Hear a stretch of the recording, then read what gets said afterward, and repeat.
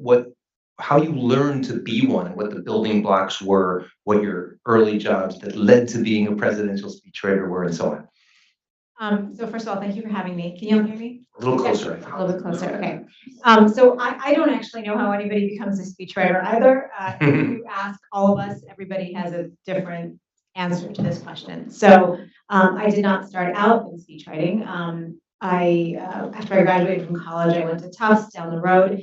I did Teach for America and got very interested in education policy. As a result of that, moved to Washington. I worked for a small nonprofit that worked with state legislators, and I primarily worked on education, healthcare policy, progressive policies. And all this time, I kind of always knew that I wanted to write in some capacity. I've been interested in writing since I was a little kid, but it wasn't clear to me what job that I would actually want to take. I was sort of too political and opinionated at the time to be a journalist, and so I just kind of continued in policy. So I worked in Washington, then I came here to get my master's degree in public policy, so more policy. Then I graduated from the Kennedy School and went to Capitol Hill to do a policy job. I was a legislative assistant for now former Senator Mary Landrieu from Louisiana, which is where I had done Teach for America. And I focused on education and healthcare and child welfare and a range of other domestic issues. And almost as soon as I got my job, I realized that maybe this wasn't quite the job for me. And one day I was at a party in Washington complaining about my job, as one does in Washington. And a friend of mine said, I know this guy who's a speechwriter. You should talk to him. That sounds like a job that might be good for you. And by the way, this was a friend who I met here at the Kennedy School. So hold on to your friends. And I said, speechwriting, is that even a job? Up until that point, my notion of speechwriting was entirely derived from the West Wing. And so, and she said, no, it's really a job. And so I ended up talking to this guy who had been in the Clinton White House and worked at a firm where other Clinton speechwriters, which they had started. And I sat down with an interview with these folks, and for the first time in my professional life, I felt like I was speaking with kindred spirits. Just people who sort of shared my intellectual interests and were fun sparring partners and cared about writing, obviously. And it sort of just changed something. And at the time, they weren't hiring, and I was still sort of knee deep in a very intense job on the Hill. This was right around the time President Obama won his election. My boss had just won her reelection, and we were off to the races on healthcare. So my life became Obamacare for a year, and was very occupied with that, and wasn't in a position to leave the Hill. But eventually, in 2010, after Obamacare passed, and I was very tired, I decided it was time to go, and so I got hired by this firm called West Wing Writers. And I was 30 and had the only speech I had ever written was my writing test for West Wing Writers.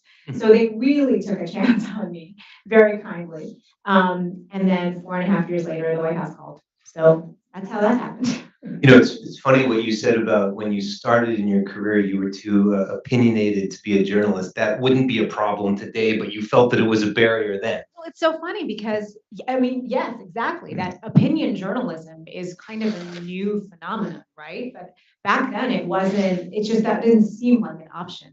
Very shortly thereafter, I'd say, the Ezra Kleins of the world kind of sort of forged the blogging industry, and all that happened. But at the time, it did not seem like a possibility. So it's interesting hearing your narrative that you know how to write. You'd gone to college. You were working in policy jobs. You were doing writing, but you hadn't written a speech. So once you got to West Wing Writers, was there a sort of apprenticeship? Was there a template? Did someone say do this? Can you talk about that a little bit? Yeah, you sort of fall on your face in your first assignment. I remember my first assignment was actually a political speech, and I worked on my draft. And there are, at the time, a book had just come out by this speechwriter named Bob Lerman, who had, I think, been a Gore speechwriter, and it was called The Art of Political Speechwriter's Companion. Terrific book. It was sort of a how-to, and other colleagues at West Wing had suggested various books. But honestly, you can't know how to do it until you just do it. And part of that is also listening to speeches, figuring out what you like, talking to the person you're writing for to figure out how they work, and we can talk about that very specific craft. But my first speech, I sort of labored intensively over this draft, and I handed it to, I sent it to the partner I was working with. And about 5 minutes later, he calls me he comes into my office and he had printed it out and he hands it to me and he says, read this first paragraph out loud. And I read it out loud. And what I had thought was a really compelling first paragraph looked nice on the page, but did not make sense to the ear. And that was kind of my first sort of lesson in the difference between writing for the ear and writing for the eye. Do you then always read your drafts out loud? Always. Yeah, and then read them again and again and again out loud. I mean, right. Yeah. So, I sort of think you've answered the question that I'm curious about is what's the difference between an op-ed on the one hand and a speech on the other hand? Is it there must be more than just the writing for the ear than for the eyes, but is otherwise, do you think the art form is similar? I do think it's similar in that a speech, the purpose of a speech is to persuade people in the same way that an op-ed is, right? You want someone to feel or think or do something specific. And so in that sense, it is similar. But the truth is that writing for the ear really is different. And if you think about sort of the history of speech making, back in the day, politicians would give really long speeches because people would travel a great distance to see somebody stand on a literal stump and speak. And so, you wanted to make it worth their while. There were no microphones. So the person was invariably a man was shouting. And speaking in these sort of very lengthy, florid ways. And obviously things have changed since then, but this idea that you have to appeal to how people hear things is still relevant and maybe changed even more now that people hear things differently and consume information differently. There's an analog, by the way, between what used to be called print journalism, now I would call text journalism versus broadcast journalism. I'm a text journalist, but I've done a little bit of radio writing, and it's a completely different art form. And you said, well, I thought I knew how to write. I don't know how to write for radio until someone showed me how to write for radio. Right. Okay, we're gonna get in. We have a lot of specifics to get into, but what fascinates me, and I'd love for you to, and maybe you want to illustrate it with a speech, is that especially when you're writing for the president, but not only the president, writing a speech is a form of policy making. And I didn't learn that until I started researching the ex-presidential speechwriter that I'm writing a book about, William Safire. But first of all, so could you discuss that a little bit? Why is writing a speech part of the policy making process? I think part of what happens and this was certainly true in the White House, is that people don't necessarily sort of coalesce around a specific policy agenda message until somebody says, hey, the president should give a speech on this. So there's an event and we need to talk about our trade policy. It's not that a trade policy doesn't exist, but we haven't necessarily prioritized exactly what the most important element of that policy is. We haven't necessarily figured out how we're going to talk about that policy to the American people or to this particular constituency. And so the page of the speechwriter's page is kind of where all of these things are litigated. And as the speechwriter, it's not as though you're a policy person. I was, relatively powerless in the White House in some sense. I was just a speechwriter. But because all of these decisions were kind of being argued over and litigated on my page, you become a central actor in all of this. And part of your job, I think speechwriting in any sort of large organization, certainly the White House, but really anywhere, it's more of a process job than it is a writing job in a lot of ways. You are managing all of these competing interests, trying to figure out which of their interests need to be met and how they need to be met, who needs to be let down gently, how to sort of incorporate all of the, for example, the lawyer's feedback in a way that still sounds like English that humans speak. And by the way, you have to do all of this while, sort of doing your number one job, which is preserving and protecting the president's voice. And so, it can be a really huge challenge, especially when you first start you sort of have to understand all the power dynamics in the building and, whose views really need to be taken into consideration. And that's a process job. I want to dig into the process more. So in Safire's White House memoir, he talks about taking drafts and walking them to, or, driving to the Pentagon and meeting with the Secretary of Defense to discuss this, or going into Henry Kissinger's office to discuss the draft. Does it still work that way, or is it email or text or what? How did it work for you? So, all of the above. So maybe what I'll do is I'll explain the process that we had in the White House and then kind of delve into those specifics. So by the time I got to the Obama White House, it was the second term, and so the operation was a pretty well-oiled machine. And so the process was this. The speechwriter, our director of speechwriting, also a Kennedy School grad, Cody Keenan, was also a member of the senior staff. This sounds like a conspiracy. I know, it really is. So he would go to senior staff meetings every morning, and he would kind of have a general sense of the schedule. Speeches that were definitely coming up down the pike, but also sort of things that were coming up quickly. And then we would meet as a speechwriting team a few times a week, and he would dole out these assignments. And that was based sort of on, bandwidth, interests, etc. Also worth noting that the foreign policy speechwriters were there were people who were specifically assigned to write foreign policy. I was a domestic policy speechwriter, but for reasons of clearance, among other things, there was sort of a separation. We were on the same team, but I didn't typically write foreign policy speeches. So Cody would, dole out these speeches. You get your assignments, and let's just say the speech was happening in a week, which is a pretty standard amount of time you have. So I would, work on an outline. I would work on my draft. Initially, when I first started, I might talk through my outline with Cody first.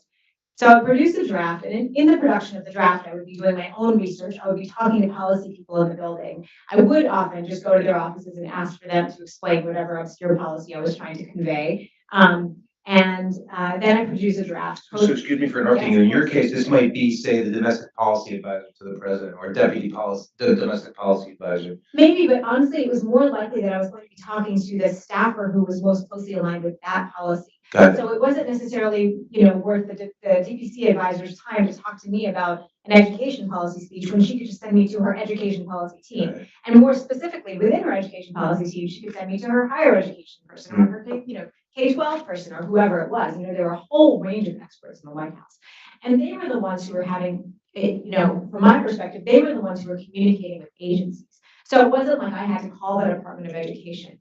Cody might do that around the time of the State of the Union, but on a sort of run-of-the-mill speech, that wasn't always necessary. So I would produce my draft. Cody would edit it maybe a couple of days before. The day before the president's speech, and I know this sounds like a very tight timeline, but he's a busy guy. So the day before the president's speech, say around 10 a.m., after I got Cody's edits, I would circulate the draft to a listserv of about, I don't know, maybe 100, 150 people were on this listserv. They weren't all reading it. This was a pretty robust list of people, everybody from the national security advisor all the way to the fact checkers and the lawyers, and then you would add on any relevant policy people. And it wasn't as though Susan Rice needed to read my speeches all the time, although every time she did, she caught a typo. It was really horrifying. So you would say in this email, okay, here's a draft of the president's remarks. Please send me your edits by 3 p.m. At 5 p.m., their edits would start rolling in. So your job at that point was to start the litigation process. Hopefully people are sending you edits a little bit earlier, but you could very easily fight over edits over email. And that is, I think, something that people generally do. Maybe this was before Slack. Maybe they're doing that over Slack now.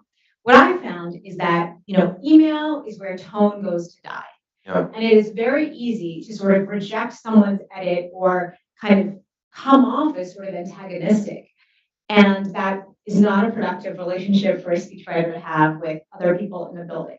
So frequently, and this was especially true with lawyers, I would just call the office and say, hey, got your edits. What's the interest behind this particular edit? What were you trying to do? Can we work together to find language that the president would actually say and that sort of meets your interest and make sure that nobody goes to prison? We all have that shared interest. So, working together with people and making them feel like they're part of the process too was a way to not antagonize them. So you're trying to get these edits done as quickly as possible. Often the fact checkers would be working into the night and we wouldn't get to resolve those edits until the next day.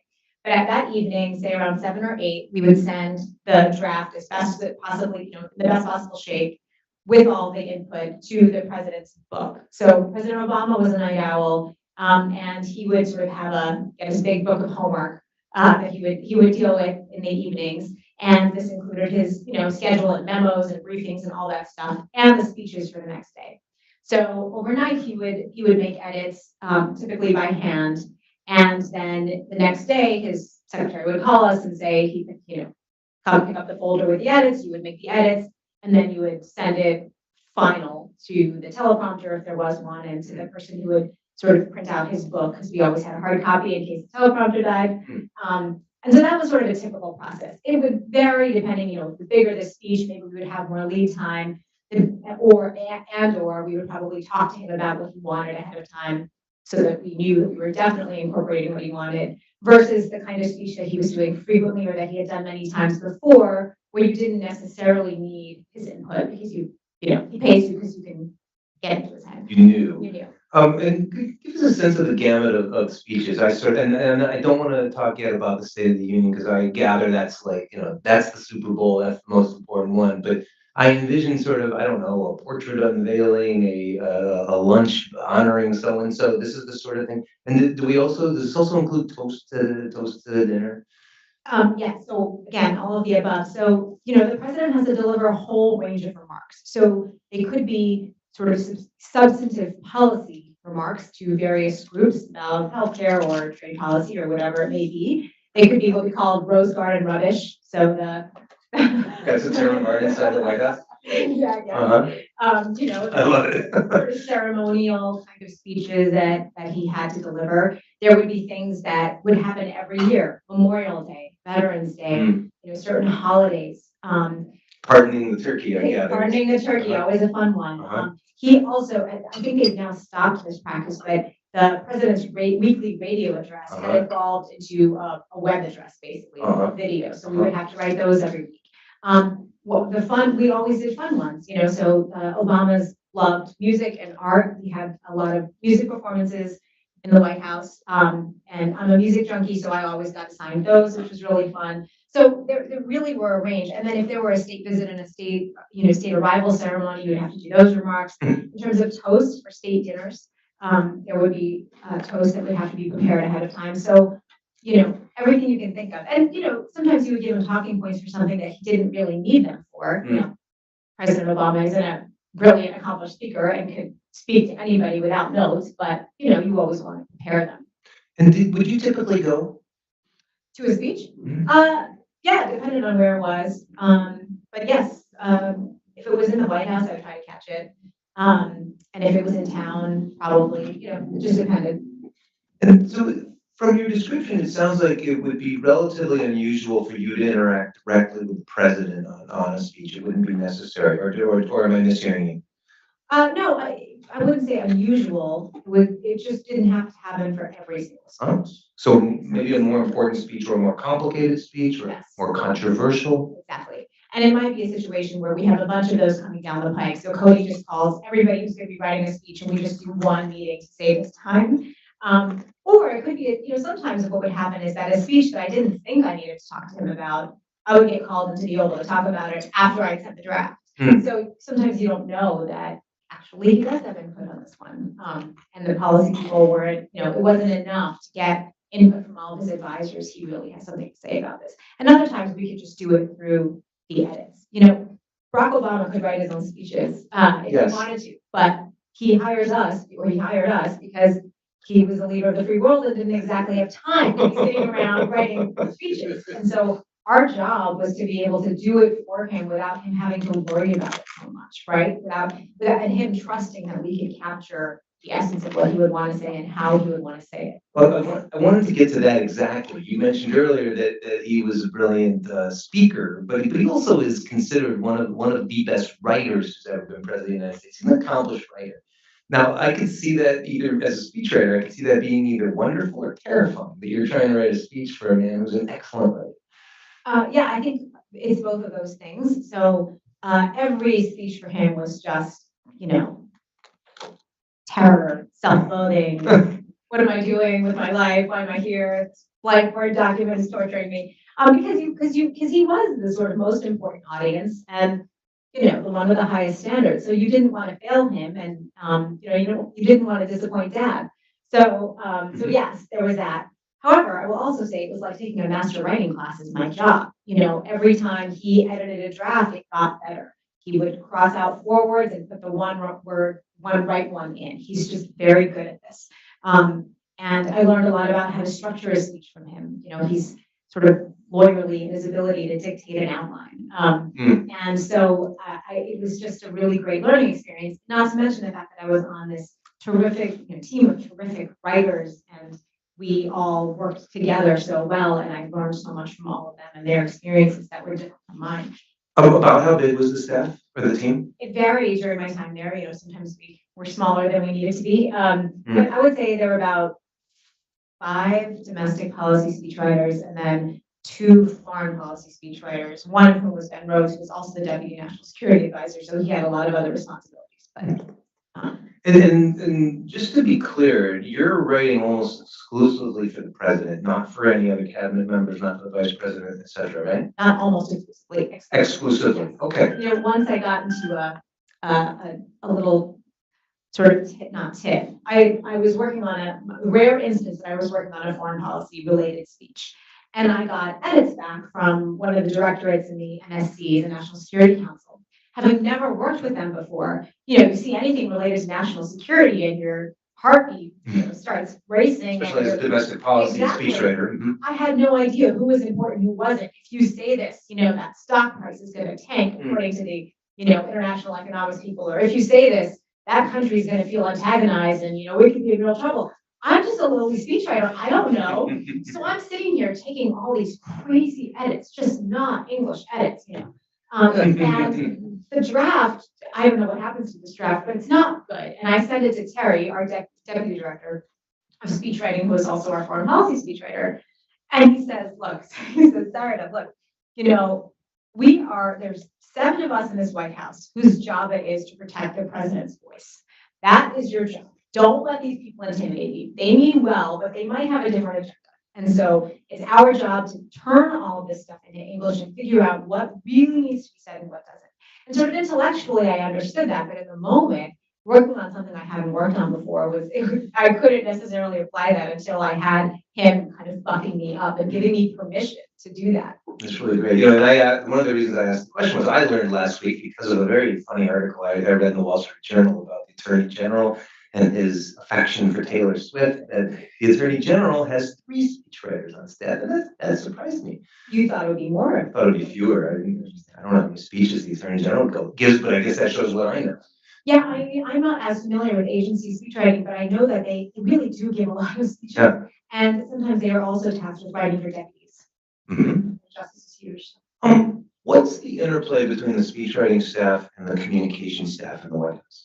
I cannot speak for the current White House. I bet it's evolved even more towards digital than it did with us. But by the time I got there, our communications director when I got there was Dan Pfeiffer, and he's a really brilliant digital strategist as well. And he worked hard to sort of bring together the traditional comms press side of things with the digital side of things. And as speechwriters, we try to, I think, not just accommodate that, but advance all that. So we would, work with the digital strategy folks to say, hey, maybe you want to pull this line out to tweet out when the president's giving a speech, or maybe, we're happy to help you edit this Facebook post or whatever it might have been. But there was a sort of a really good, I think, partnership between all the different elements of the comms team. And I'd like to mention that I'm going to reserve about the last 15 minutes for Q&A. We have a microphone here, but I like these to be as interactive as possible. So if you feel like you can't wait, stand up and ask your question. I'd love to bring you in when you're ready. I can't help but you talk about lawyers vetting your speeches. And I'm just fascinated to know if you know from the speechwriter fraternity and sorority in Washington, how the heck that worked under President Trump, who would stand up there and make 3-hour speeches that seemed to be off the cuff. I mean, I think the many indictments that he's facing tell you about. I don't know. It's a funny thing because I know that the way our White House worked in terms of having a very robust fact-checking department, and they were responsible not just for fact-checking our speeches, but for sort of vetting everything. People who would be name checked in speeches or people who were being nominated. I mean, it was an incredible department. Plus the lawyers who were very fastidious about things like ethics. It was such whiplash to go from that where we were under such self scrutiny and really careful to go from that to the Trump administration was really something. There was this day when at Halloween in 2016, I was traveling with the president that day, and so I wasn't in the office, but we were decorating. My office was in the old executive office building, which is sort of right across West Exec from the West Wing where most White House staff works. And our speechwriting suite had decorated our doors for Halloween because a lot of staff's kids would come around to trick or treat. And on the door, this was right around election time, on our door, I think either one of our interns or one of the speechwriters had put up "Don't Boo, Vote," which was something that President Obama was saying during political speeches. Every time he mentioned, the Republicans, people would boo, and so he would say, "Don't boo, vote."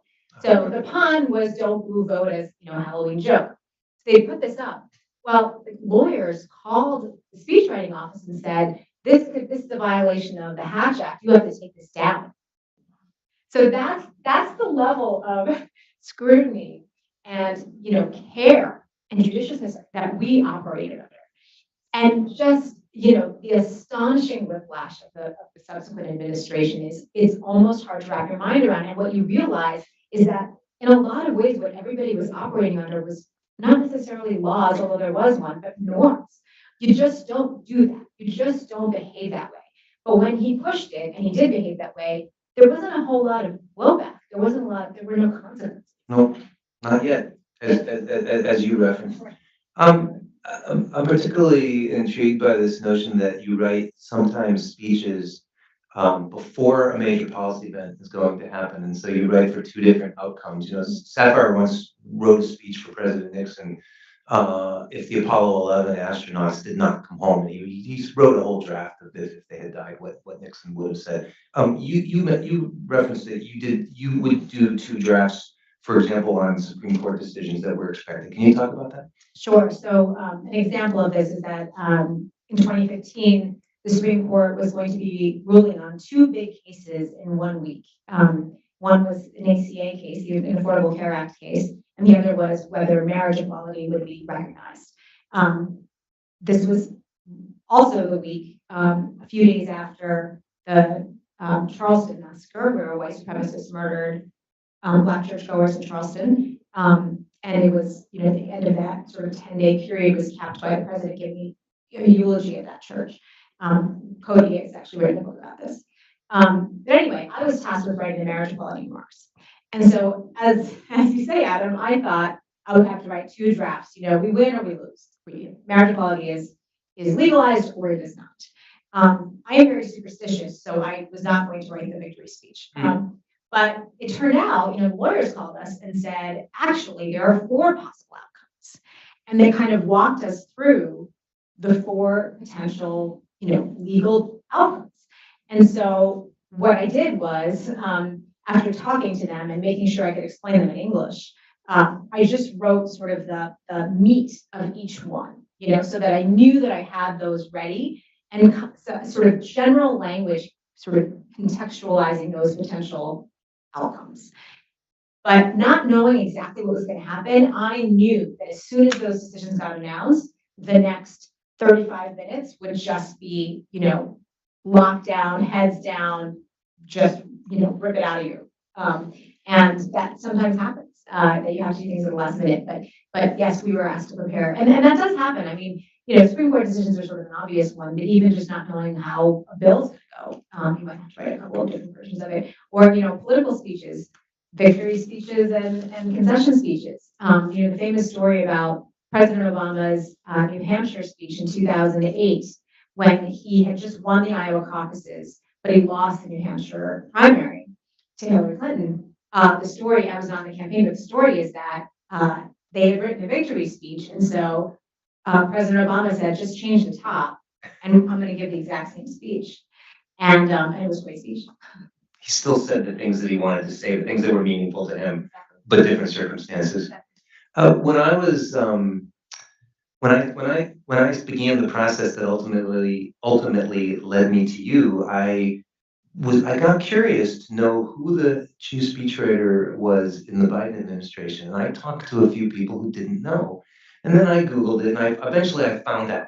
Now I remember his last name. I think it's Reddy. Yeah, Vinay Reddy. Vinay Reddy. But you know where I'm going with this. I had a relatively difficult time figuring out who the chief speechwriter to President Biden is.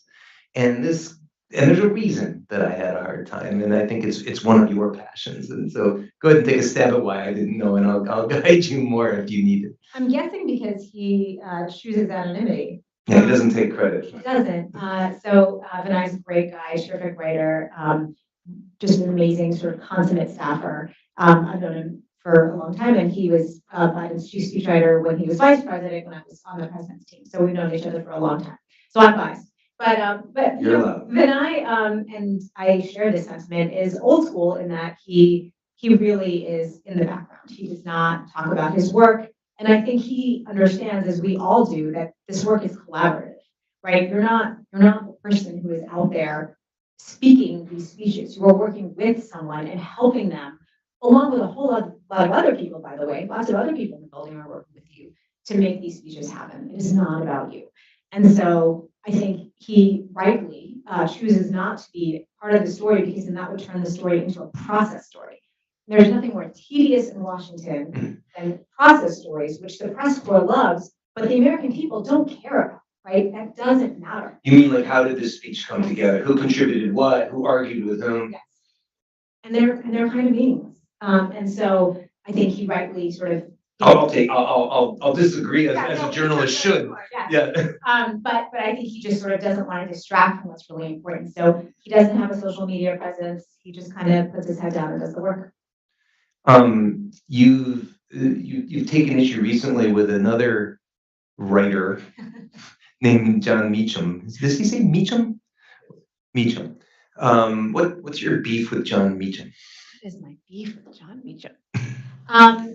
Well, in this particular context, I just wrote a piece for Slate on Friday, and my beef with him is that he has been asked.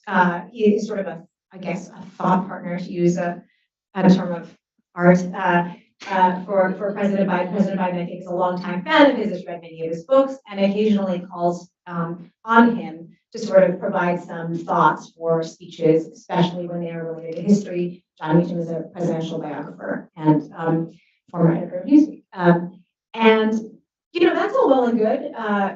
Kennedy relied on artificial literature. There's nothing wrong with calling upon historians to help you. There's nothing wrong with calling upon outside folks to help you, using your speechwriters. As I said, it's collaborative. It just seems as though every time Meacham was called for a speech, Politico reports the next day that he was involved in the speech. And I don't know if he's actually leaking this information. Maybe he's not, but it's to nobody else's benefit but his.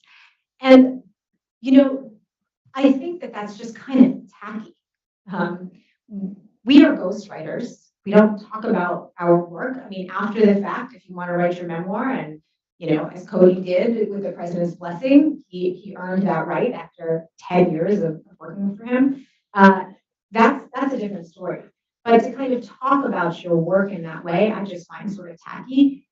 He also has given President Biden lines that he himself has used, which is just, the third rule of speechwriting. You don't do that. You don't give someone lines you yourself are using, because you basically sort of compel the press to then report on this and reveal that you were the person who was helping write the speech. So that's one of my beefs. My other beef with him is that I just don't necessarily buy his understanding of the moment we're in. I don't think he really understands that you can draw a straight line from Ronald Reagan to Donald Trump, and the sort of disintegration of the Republican Party is not about these individual actors and the rise of Trump as this one villain. It is about systems. It is about many people, including his heroes, Reagan and H.W. Bush, who are implicated in allowing the extremist elements of that party to take hold over time. And I think it's disingenuous to not at least acknowledge that. I understand why President Biden wouldn't necessarily want to go down that path when talking about where we are to the American people, when he's trying to sort of unify everybody and not villainize anybody. Totally get that. But you need to understand it if you're going to be the person whose historical understanding and narrative America has come to rely on. And he has a disproportionate amount of power and authority in Washington. He's hardly ever critiqued, and so I just felt like I needed to stand up for my fellow speechwriters. And I know you were I know you were channeling the opinion of other speechwriters because I've heard from some of them since your piece. You know, he is in a remarkable position, also from a position of partisanship, in that, you know, he wrote a biography of George H.W. Bush. You know, had this very prominent role in his funeral. A friend of mine who worked at Newsweek commented to me, you know, he sort of chuckles seeing John Meacham as a courtier to the Bush family, but which he became, but now he's writing, he's contributing to speeches for President Biden.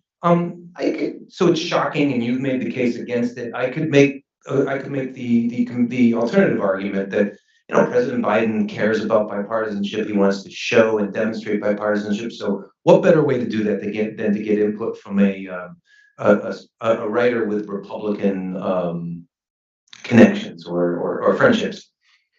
I don't begrudge Meacham's relationships with Republicans or the fact that he has said he has voted for Republicans. I'm not against bipartisanship. I worked for a moderate Democrat in the Senate. We frequently worked with Republicans. I'm not sort of a reflexive leftist on that particular issue. Where I take issue is that, and again, there are many people who have sort of, you know, were tied to Republicans and became, you know, Trump just pushed them over the edge. Mm-hmm. Where I take issue is just that you need to at least be able to acknowledge those elements of the party, you know, and he lionizes those folks in a way that I just think is wrong, just, you know, factually incorrect. And it's really interesting because he sort of says that he wants to present these great men that he writes about in all their flaws, but he only does that to a point, you know. That's especially true with sort of his recent presentations of, say, you know, a Reagan or an H.W. Bush, and I just find that unsatisfying. But I agree with you that, you know, Biden in particular is somebody who has always maintained relationships on both sides of the aisle. He is, you know, a senator, and values that. And I think one of the reasons he won is because he was able to reach independents and make them believe, as he is, that he is persuadable. You know, to persuade, you have to appear persuadable, and he is. Mm. So I think that there's merit to that. I just question Meacham's his sort of history and the narrative he tells, and I question his behavior around this. I encourage you all to read this piece in Slate. It was really wonderful. Before we leave the topic completely, you had a sort of laugh out loud memorable phrase in that piece called "men with pens." Could you?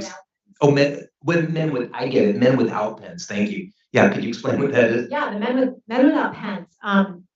And, you know, I did not coin this term. Somebody else in my world did, and I wish I could remember who it was so I could credit them.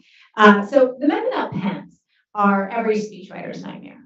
This is who these people are. They're advisors who frequently mean well, communications advisors, you know, strategists, and they mean well and frequently. And they'll be in the meeting with you and the principal, whether it's the president or the candidate or whatever, and they'll just throw out ideas. Why not just do X, Y, Z? And you're just throwing out all these ideas, and, you know, depending on their heft, depending on their authority, this might become a directive from the principal. But then when it's time to put that thing on paper, they say, "You got that? You good? All right, great." And then they go and have a drink, and you're just left holding the bag. You're the speechwriter is the person with the pen who actually has to write the words, who has to turn these, you know, disparate, random ideas into a coherent speech.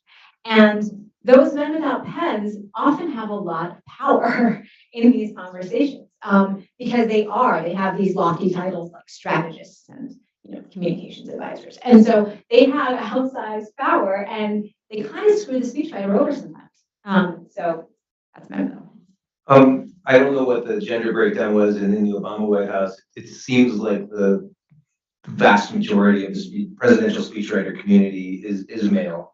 Could you talk about that a little bit? You know, and I don't know exactly what question I'm asking you, other than to take your temperature where you feel like we are right now. Not great. Yes, there are not, it is a male-dominated, uh, not profession, but space.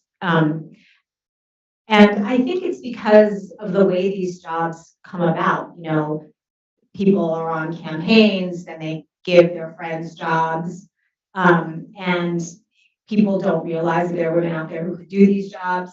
And I think the Obama campaign in particular, there was one incredible woman, Sarah Hurwitz, who went on to become Mrs. Obama speechwriter later, but was on the campaign and just an extraordinary talent. But the rest were guys, mostly young guys, talented, but they only knew each other. So it's not like they were reaching out to other people to involve them. And to Cody's credit, you know, I think he hired me specifically because he wanted somebody with a different perspective and life experience. But yeah, it is pretty male. It is definitely getting better. The current breakdown is certainly better, and the current chief speechwriter has made a real effort to diversify, not just on gender, but in other ways too. I think I'm one of maybe before this administration, I think maybe I was the second or third woman of color to ever be a presidential speechwriter. I mean, the numbers are not great. So I think it's changing for sure, and people really are making an effort to diversify writers' rooms now. And I don't have, I mean, we have to ask them why they don't hire women. I have one last question before we go to all of you, which is, but both before your time in the Obama White House and now, I think you do non-political work as well. I'm curious to know if you could tell us about the differences between writing, say, for a CEO versus writing for the President of the United States. And do you enjoy it as much? And yeah. It depends on the CEO. I am fortunate that I get to mostly work for people I really like and get to do interesting work. It is different in that the stakes can be really different, and their interests and power centers are different. But you know, the private sector, the philanthropy sector, the nonprofit sector, these are all, you know, sectors with enormous power and influence and the ability to really shape events. So you can work for any of these, you know, entities and really feel like you're part of conversations that matter. I will say, I think what's similar is that these large organizations are similar to the White House in that they are all these huge bureaucracies with lots of different areas of tension, lots of people with different kinds of interests. And so it's still a process job. No matter where I go, it's still a process job. So a client might, for example, want you to talk to all sorts of senior vice presidents for the speech that the CEO is going to give. Absolutely. That reminds me when I wrote articles about big companies, if they were cooperating, I needed to meet with a lot more executives than if they weren't cooperating. I always enjoyed the not cooperation a hell of a lot more, but I could see how you couldn't write a speech for the CEO without doing that. Right. Please, I'd love for you to come to the mic and ask your questions. Don't be shy, and that includes anybody on the web. Do we have? We have one. Okay, Karen, go ahead. So they asked, how do you preserve and protect the president's style and voice and yet create speeches to your strengths? To the writer's strength? To your personal strengths. Okay, so I'm gonna do two things. I'm gonna just explain how one thinks about figuring out someone's voice, which we didn't really talk about. Great. And then I'll sort of connect that to the answer. So whenever people ask a speechwriter, you know, how you figure out someone's voice, I always think it's really about figuring out someone's voice is not about how they talk, it's about how they think. And so what you need to do is figure out how they see the world. And there are a lot of different ways to do that. If you're fortunate enough to spend a lot of time with the person you're working with, great. You can sit down and chat with them, and that's great. If you're working for the President of the United States, who's very busy and not going to chit chat with you, then you have the benefit of all of their, you know, in my case, I could read every speech Barack Obama ever gave. I could read his books. I could watch every time he was on Jimmy Fallon. You know, you could really sort of get into their head.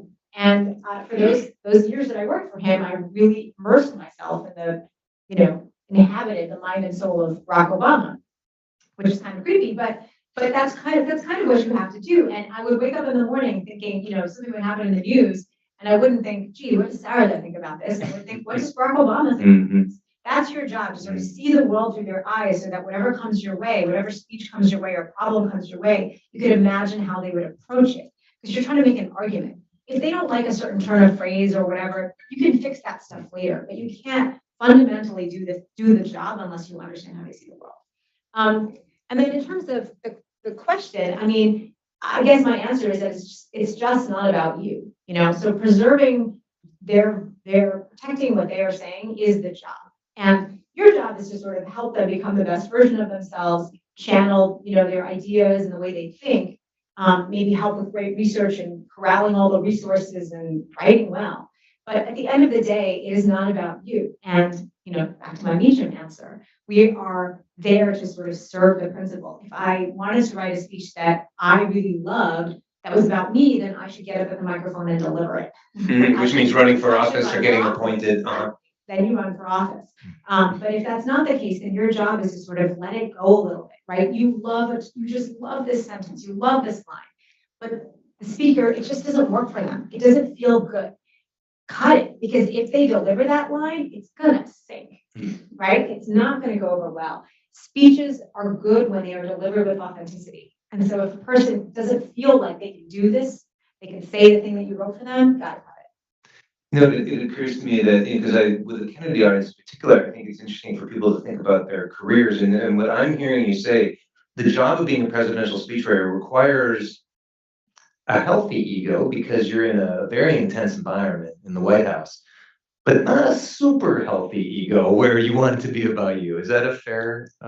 Yeah, I mean, I don't know if it requires an ego so much as some semblance of security. Security, confidence. Yeah, just a sense that and that's really hard initially, because you're not sure. You sort of feel like a fraud. You know, in negotiations, they talk about sort of principal agent theory, you know, whether you're representing the principal appropriately. And at first, frankly, you're not sure. When I started writing for President Obama, I didn't know whether I was really accurately representing what he would want to do. So I just faked it. I just said, this is what he wants to say. And eventually that became true. But you sort of have to operate with some amount of authority on that, you know, false or otherwise, and then it becomes true. But yes, it is that you do at some point have to let it go and accept that it's not about you. And I wonder if this profession actually does attract people who sort of like to be in the background a bit more, and until they maybe change professions as Sapphire did. Yeah. Oh, please. Hey, thank you so much. This has been great. So, I'm an active duty Air Force officer, and so like I can talk to somebody about military budgeting and like all the things we need to fix with it, but that is not always something that is interesting to other people. So like policy, I think, has a possibility of being really dry. So how do you engage in the speech writing to like bring excitement about stuff that maybe doesn't match people's interests when they're entering, like when they're watching the speech? That's a great question. So it is true that policy can be dry, which is why we always say, don't talk about policies, talk about people.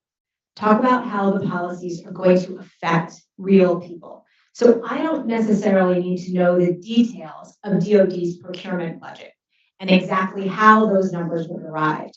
What I need to know is that we are spending this money to purchase these particular helmets because they're going to save X number of soldiers from traumatic brain injury.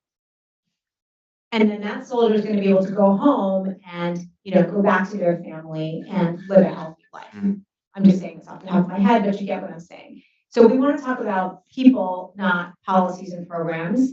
And we want to talk about benefits, not features. What I mean by that is, you guys ever watch car commercials and they talk about how much horsepower a car has? Yeah.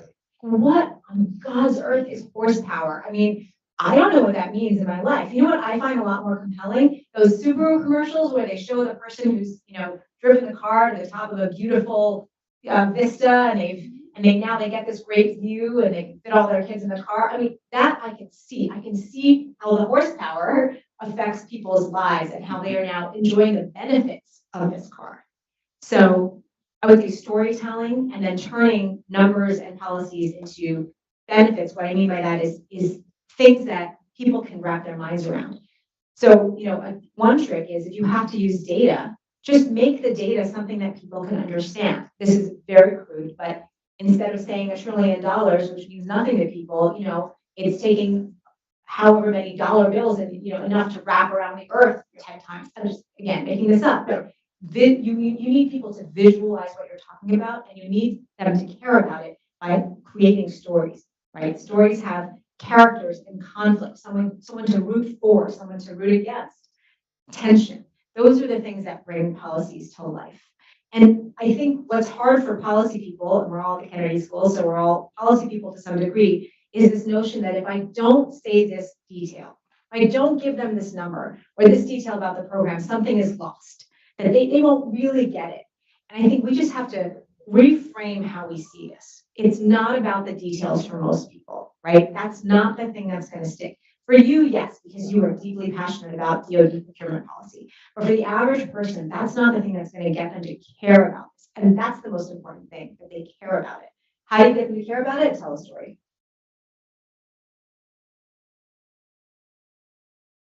My name is Adam Boggan. I'm a physician in the UK, but I ended up doing some writing and speech writing during the pandemic response in the National Health Service.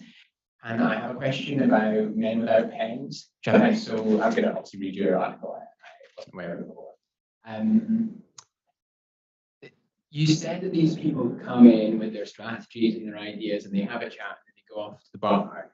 They're powerful and influential, but my impression, or at least my much more limited experience, is that actually what happens is what gets written down and then what gets said. So my impression is that in fact you've got quite a lot more power than you're letting on.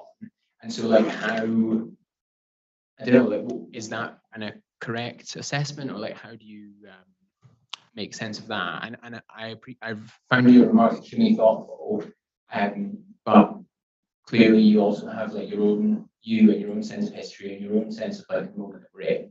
And so yeah, just how does one hold oneself in check in those types of positions? Yeah, and I was pretty glib about how I described men without pens. I mean, there are plenty of advisors who, including men without pens, who have a great deal of value to add, and we need them. So I was being glib. No, you're right. Speechwriters do have a weird amount of power in some sense, especially if you're not being if the principal actually trusts you and isn't rewriting all your stuff all the time. If you really do have a good sense of them, absolutely speechwriters have power. It goes back to the first question you asked about whether policy is made on the page. To some extent it is. It is litigated there, and you're kind of helping to determine what gets elevated and what doesn't, what details get left in and what doesn't. So absolutely there is power there. I think what I meant is that sometimes very senior advisors, very senior men without pens, also have the ear of the principal in a way that you don't, especially in politics, because they are also driving electoral policy, they are driving the political strategy. And so in those instances, you can be asked to do something that doesn't necessarily make sense for a speech or be very hard to accomplish in a reasonable way. And those are the times that I think it gets really challenging. But I absolutely agree with you that speechwriters have power. In terms of checking oneself, I think it goes back to, again, the initial, for the question about keeping yourself out of it. You tend to have a lot of checks, the principal being the primary check. Mm-hmm. So, the president's not going to say something he doesn't agree with that I put on the page, right? And we all have our not necessarily agendas, although we certainly do, but we all have our own, perspectives. In general, I've tried to work for people, and this was certainly true with President Obama. I don't know if I agreed with every single thing that he believed or did, but fundamentally, I shared his values. We were kind of coming at things from a generally good place. And he was somebody who wanted his advisors to disagree. He wanted them to challenge him. He wanted them to present him with different options. I think that's the best kind of leader in any circumstance, right? And so it's okay to present your view, and if they disagree with it, they'll tell you, and you move on. Great. Lisa. So I'm just curious to know, thanks for that, for the illuminating discussion. And we've seen in President Obama's speeches, he uses a lot of contrast. I'm visiting this, and this is the alternative here, and it goes so well. So, were you working on those kind of templates, or was that something that your team engaged into it, and what is the importance of that? And I also wanted to know, did he memorize his speeches, or he was just very, very comfortable? I mean, in the sense like it flowed as extempore all the time for him. Yeah, well, I can answer the second question first. It just flows really well for him. He's very good at this.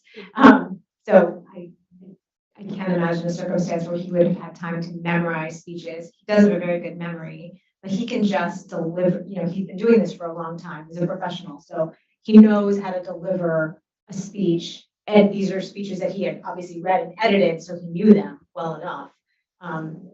But he has the ability to deliver a speech with, great conviction and authenticity. In terms of your first question, I mean, it's not necessarily something that was a template, but this idea of sort of serving contrast in an argument is a sort of very classic mode of persuasion, right? So, some people say this, other people say this, and that's also a very President Obama way of thinking and communicating, right? He's this really measured lawyer. He likes to present all sides of the story and give everybody their due, right? He sort of likes to show empathy for everyone. You rarely saw him just sort of blatantly call people out unless he was doing it with humor in a humor situation, or somebody had really done something unreasonable. But typically, on a lot of issues, he would say reasonable people can disagree. So that there was that element of it, and then just there are some sort of conventions that one might use. So in terms of structuring a speech, you might sort of open with an attention getter, to get people's hook, and then you lay out the problem. What is the problem we're trying to solve? Here's the solution I'm going to propose. Here's what the world will look like if we follow through on my proposal. Here's what the world will look like, or here's what the world will look like if we don't. Right? And then some sort of call to action. So that's a really typical structure, and that's probably a lot of what we're hearing too. I think you first, yeah, please. Hi, thank you for coming to the Kennedy School again. I had the opportunity to listen to you when you came into Professor Wilkinson's class. I'm very intrigued by your comment on the actual process management and speech writing. And so when you're faced with, all these people coming in with their advices at 5 p.m. when it was due at 3, how do you manage that in terms of what people wanted to go into and into the speech and the order that they wanted to go into? But how do you go back to them to say, this is not exactly what I want to do, but I still want to maintain the relationship with you? I would say going back to what I said earlier, my tendency is to pick up the phone or go to their office. I know that sounds really simple, but I really think that just being able to talk to someone or be face to face with them is sort of the first rule of all of this, or for me is a tactic that is an approach that works. The second thing I think is just sort of saying, look, is this what you were trying to do? Is this what your interest was? Sort of repeating back to them to really get at what they were trying to do. I see what you were trying to do. Here's why this won't work I think this won't work for this speech, or here's why I can't fit this in for here, because the president is trying to do this, or we don't have enough space to include that particular detail. However, we can put it in the fact sheets we're going to be sending out to the press and all the interest groups later. So if there's more details, we can put that there. Absolutely. Giving them some other way to make sure that their views are included. And then letting them sort of rebut me. Here's why I think this won't work in this speech right now. Here's what the president wants to do. What do you think? Right? So not just sort of unilaterally declaring, even if that's what's happening on paper, not just unilaterally declaring that I have spoken and this is it, but just sort of saying, what do you think? Does that make sense to you? Do you understand where I'm coming from? Almost invariably they do. And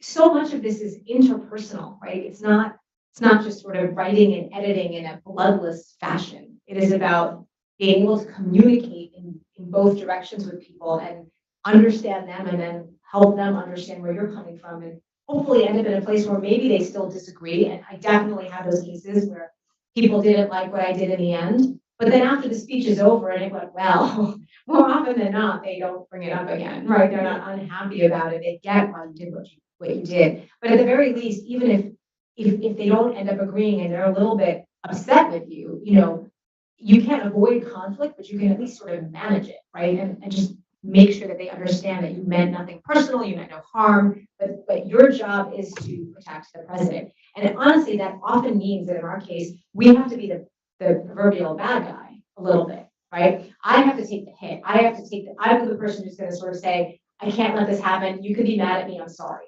And, just sort of be okay with that. We have at least 2 more questions. We're going to run over by just a few minutes, but please. Hi, my name is Conrad. Thank you very much for this great talk. I have 2 short questions. The first one is about your journey, if you don't mind. You mentioned that some of the great speechwriters started to learn speech writing on the job.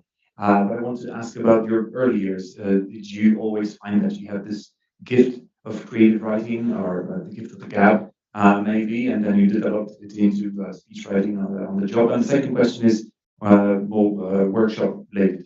As a speechwriter, do you still keep a glossary of the turns of phrase that you want to use in your future speech? Questions.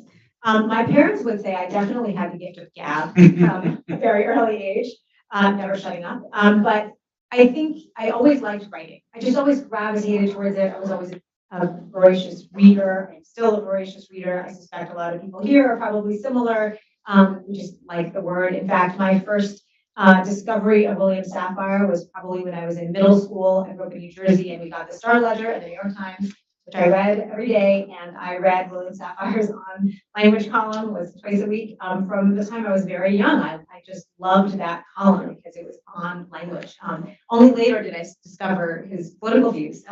But that doesn't negate his beautiful writing about language. Not only is it a common comment that I hear, but I meet many people who are not particularly political who don't know he wrote about politics, which is really funny. So funny. But I always did gravitate towards it, and I always knew I liked writing, and certainly was encouraged to do it and validated along the way. But I think writing is such an odd thing because it is weirdly personal. You feel like you're putting a piece of yourself out there. So and that is a vulnerable place to be. And so I don't know if I necessarily was secure enough to do it professionally until later when I, sort of made my way there.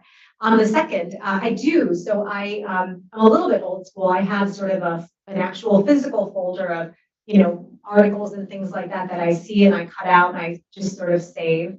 But then I also use an app and Evernote really, and just I have a sort of a file in there for quotes, any quotes I see, or turns of phrase that I read, and they might not be in speeches or nonfiction. They could be in fiction or poetry, or the caption of a painting. You can find inspiration anywhere, or just if there's an interesting story, something that seems kind of whimsical or a good example of a policy. I might not be working on anything related to that right now, but I just kind of save it. Think maybe this will be a useful metaphor at some point.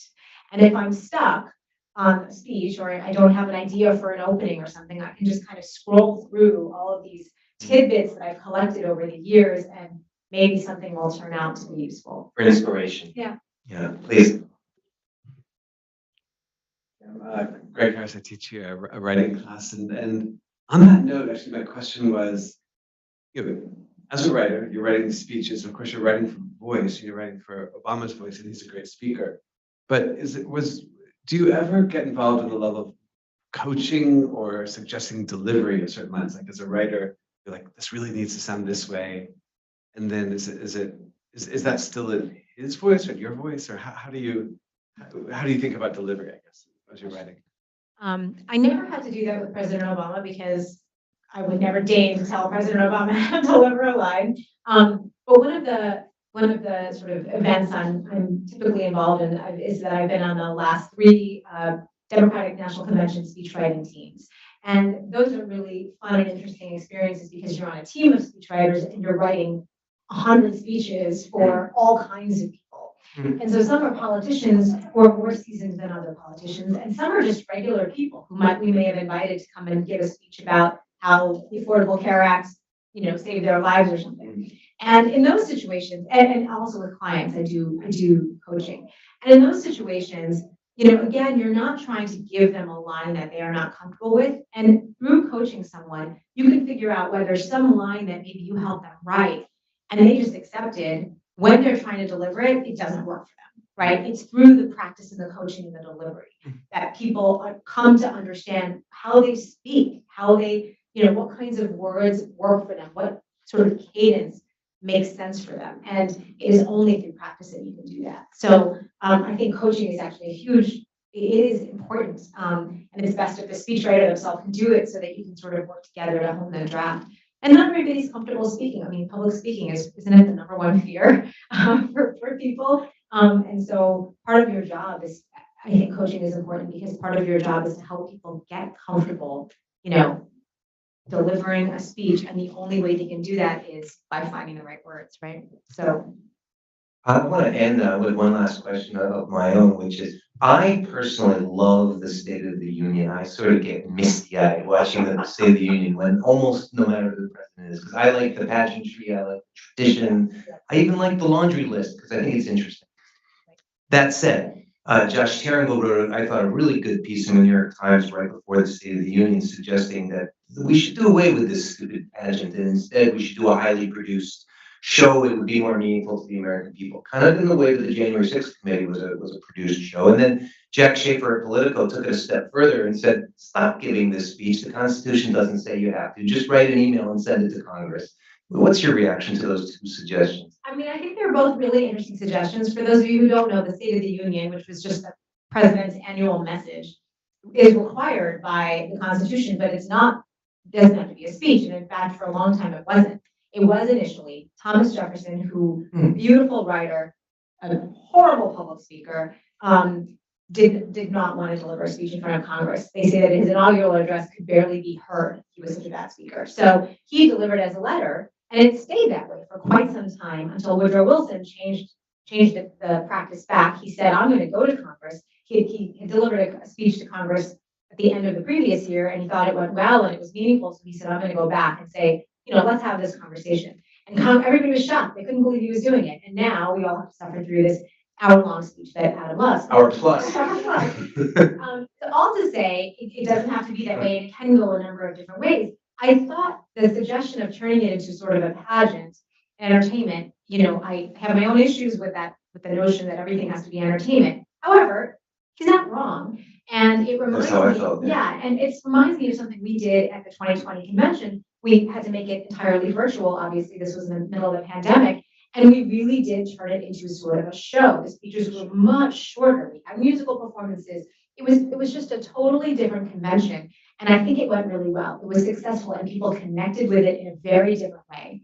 So there is something to that. That said, I would argue that Biden kind of did that by sparring with Congress. It sort of became the prime minister's question. Right.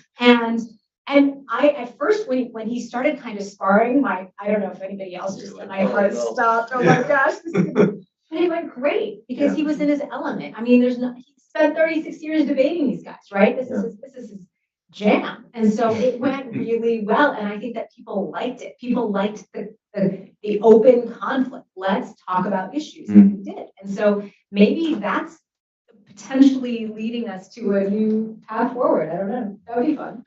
Well, first, let me thank all of you in this wonderful audience here in Cambridge and our audience on the web. And I'm really enjoying this series. My next guest is in April 21st, is going to be James Bennett, who's the Lexington columnist for The Economist and formerly the editor of the New York Times editorial page and formerly editor of The Atlantic.